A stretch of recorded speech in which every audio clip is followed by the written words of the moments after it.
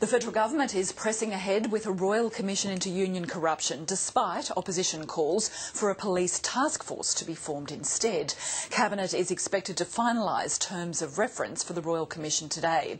Well, to tell us more about what a royal commission might achieve, I'm joined by the Executive Director of the New South Wales Master Builders Association, Brian Seidler. Brian Seidler, why do master builders believe a royal commission is needed and not a joint police task force as suggested by unions and the federal opposition?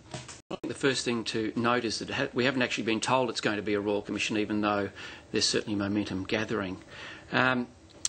We've had two royal commissions into the building industry in the past, one in the early 90s and one in 2002, and it would appear the same issues have arisen in the second Royal Commission. So, wouldn't that suggest that a Royal Commission doesn't necessarily get to the bottom of everything then? Well, no, I think we did get to the bottom of everything, except for the change of perhaps the underworld figures getting into the industry recently, or more recently.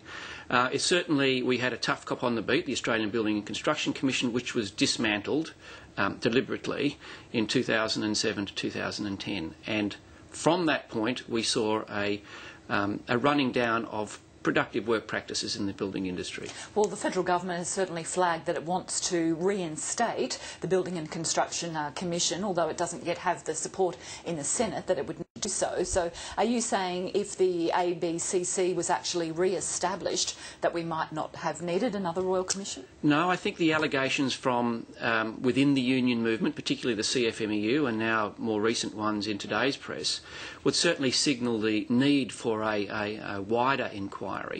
But the master builder's position was always the reintroduction of the ABCC, and I must say, from a business point of view, from an industry point of view, we could not understand for the life of us why a federal government would remove the tough cop on the beat. Well, given that it had happened and that's in the past now, the federal government is now looking to see what it can do to address this situation.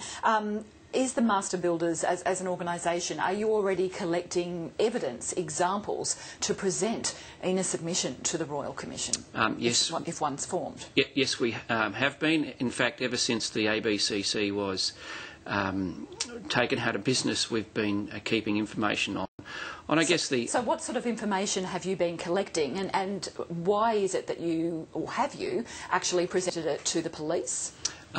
Not so much the issues of the underworld figures or the corruption allegations, but it's more about the progressive downgrading of productive work practices in our industry. And we have seen since the ABCC left the industry that we've seen an increase in the abuse of safety as an industrial weapon, and also the introduction of pattern bargaining, which has produced much higher wages and indeed no productivity offsets. So are you saying that none of the evidence that you've been collecting had involved anything that would pertain to a criminal allegation, for example, or any sort of standover tactics? Yeah, certainly we have heard of those, but we specifically weren't collecting information on that area. Had any of your members ever come to you with examples of where they felt that those sorts of practices might have been rife, or that they've been subjected to them? Absolutely, and they were forwarded to the police. So those individual businesses had forwarded them to Indeed. To police.